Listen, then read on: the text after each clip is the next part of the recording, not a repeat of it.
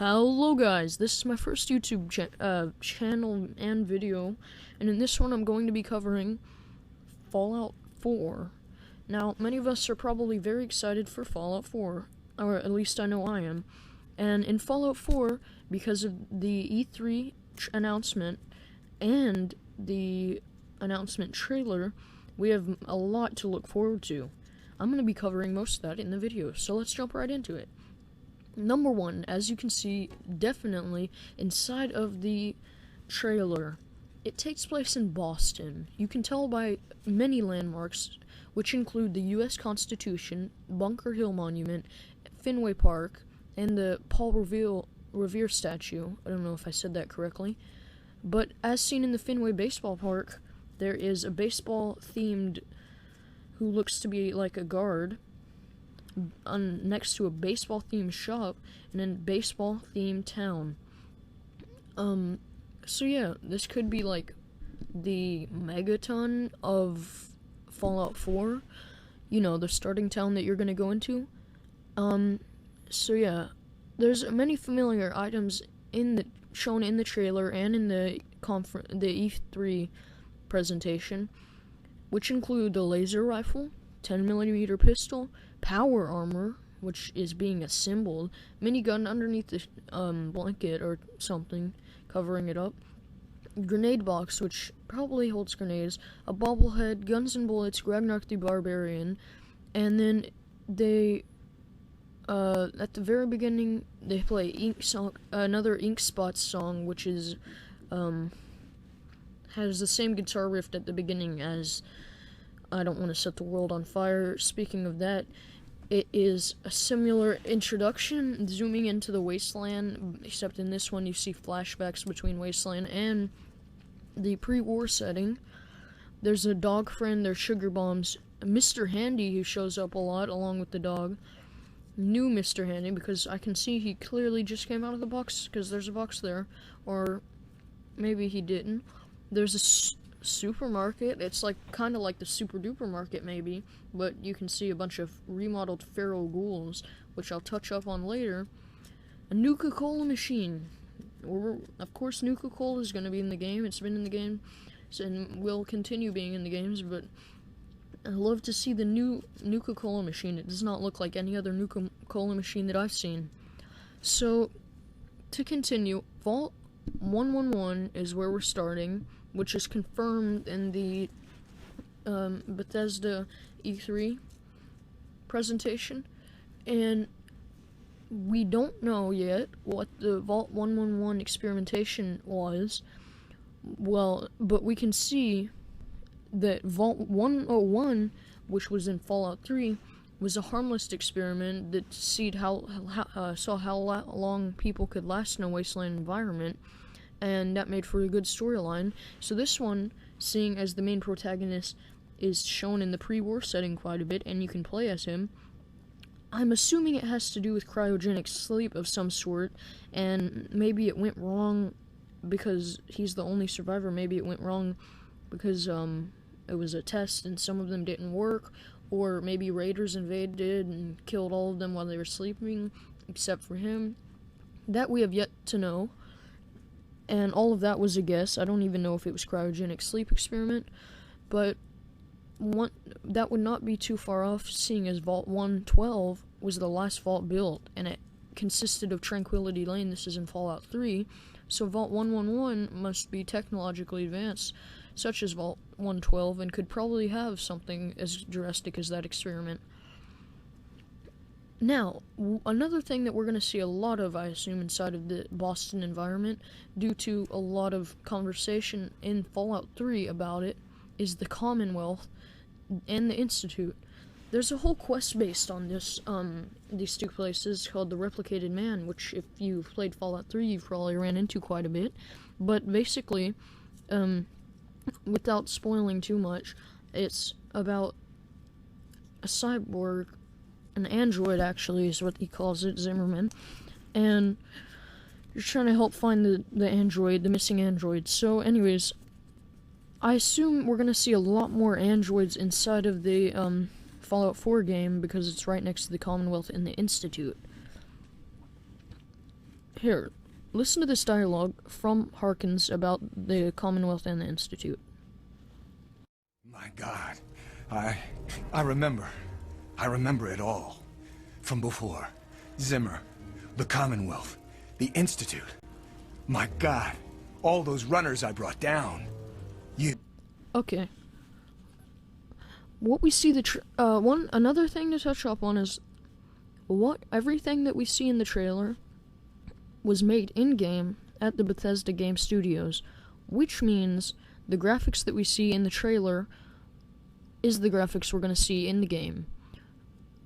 So that's something to look forward to. Many people think that it's bad graphics, but I think it's brilliant, and it doesn't really matter about the graphics, it matters about storyline, but definite improvement over the past games of the graphics, and this one, I would say, has graphics that are pretty decent. I don't know, maybe as good as Skyrim, maybe not, but what they do talk about a lot is the dynamic gameplay and the very, very many details. Because of the Xbox One, and the PlayStation 4, they have the ability to store more memory, so they can do stuff like that, which is cool.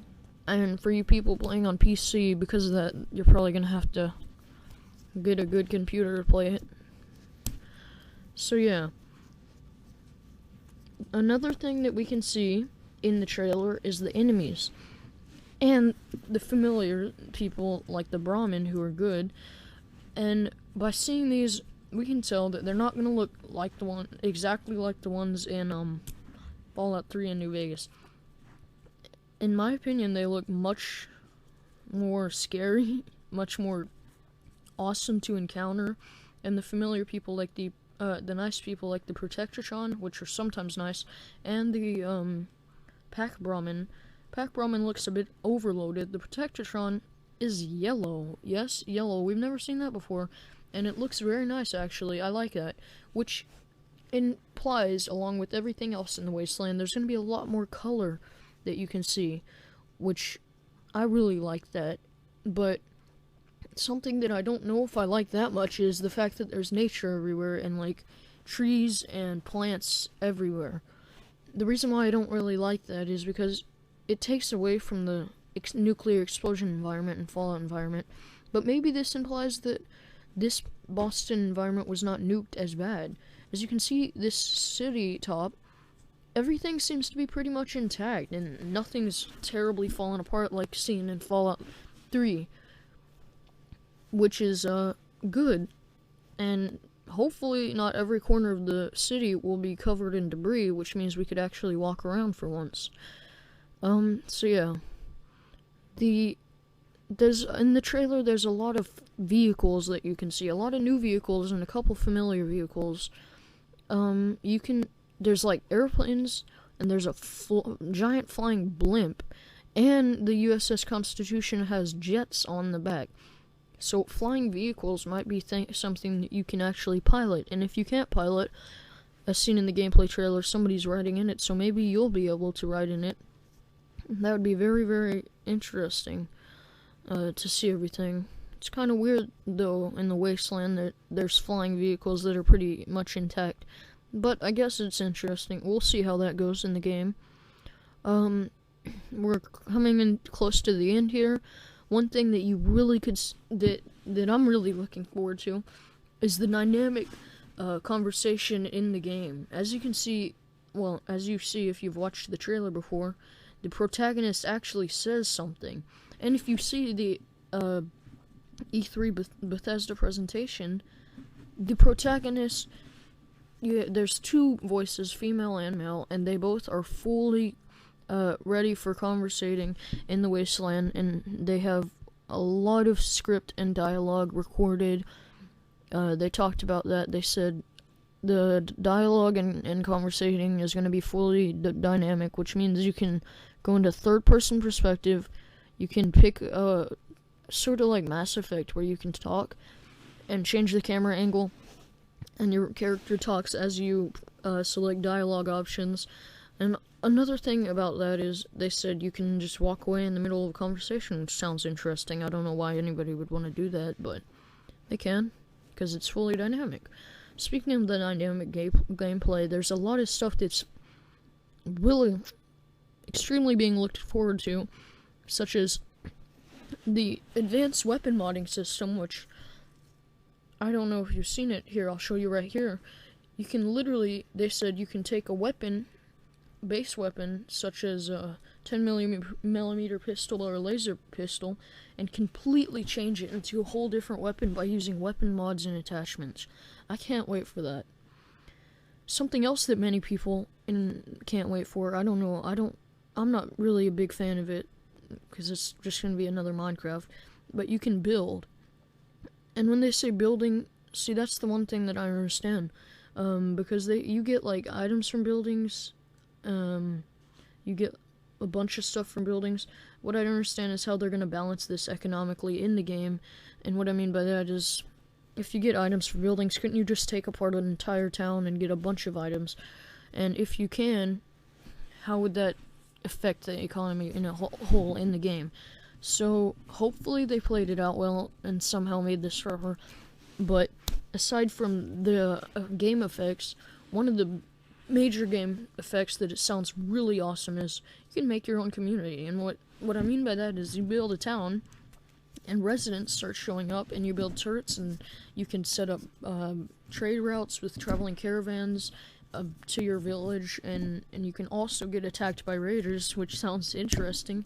It's like probably going to be like a base style combat system, you know, like they all, like, sort of like a invader type thing. They're going to invade your base, and you do best off to fin them off. Hopefully the whole game is not going to be about that. They tried reassuring people that it wasn't, and I really hope that it is not, because I want to see a lot of the classic style, you know, campaign and everything, where you get to, like, actually do main storyline quests and side quests and quests all around. That sounds very fun. So yeah, they're running on a similar engine except updated, and it has better lighting and graphics. I think it might be the same engine except updated. They have custom armor that you can build, as you can see here in the power suit, and they have the stackable armor system, or layerable armor system, which I've been waiting for all the Fallout games. I don't know if y'all have. That would be an amazing add-on. I would love to have more customization with our characters' clothes and looks, and apparently that's what they're going to bring us in this next game. Another thing that we see is a little bit of humor in the beginning, the pre-war setting. There's a lot of funny things. I think that was mainly for the E3 presentation, but that's going to be pretty interesting. Wonder if they're going to keep that style through the whole game. And I did mention building a community, but another thing that they released and touched up on during the E3 presentation, which is already out now, is a mobile game on Android and iOS devices called Fallout Shelter. Now, of course, Fallout Shelter, you might say, oh, this probably is nothing like the real game. You know, it's just a Fallout 4 appetizer. It's very... I've played it. It's a very good game.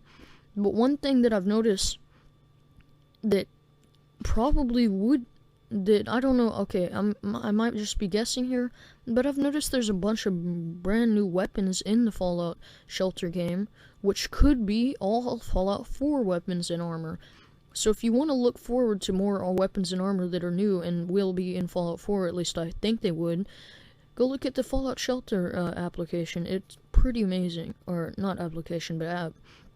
It's pretty amazing. You can be the overseer, you can name your own vault, you can... a bunch of other stuff. You can, you know, it's a 2D game, like Terraria and Sim mixed together. Like, you can build stuff and build your community up. Okay, so, another thing that you see here is a nuclear explosion in the middle of a wasteland from a up sort of view. Now, is there going to be another, you know, Fallout 4 megaton? Maybe? I don't know. Well, we'll have all of this to look forward to and more with the release date of 11/10/15. Well, that's 111 coming 2015. Best way to remember it, Vault 111 coming 2015. And also, pre-order, along with the limited collector's edition, which comes with the new Pip-Boy that's functional and has a actual, you can insert your iPhone and it's a side screen game mechanic, which means you can get on your Pip-Boy in real life and it will affect your game. That sounds interesting. So yeah, that was my sort of wrap-up of Fallout 4's game trailer and the E3 presentation. Hope you enjoyed. Don't forget to like, comment, and subscribe. You can go look in the description for the real Fallout 4 trailer, the Fallout Shelter trailer, and the E3 Bethesda presentation in a whole, which includes stuff about Doom 4, I believe it's going to be, or just Doom, they call it. Also Fallout 4, and a bunch of other games that Bethesda's teaming up with to make, including Dishonored, and what looks to be a Team Fortress 2 style game. So yeah, hopefully you enjoyed. See y'all later.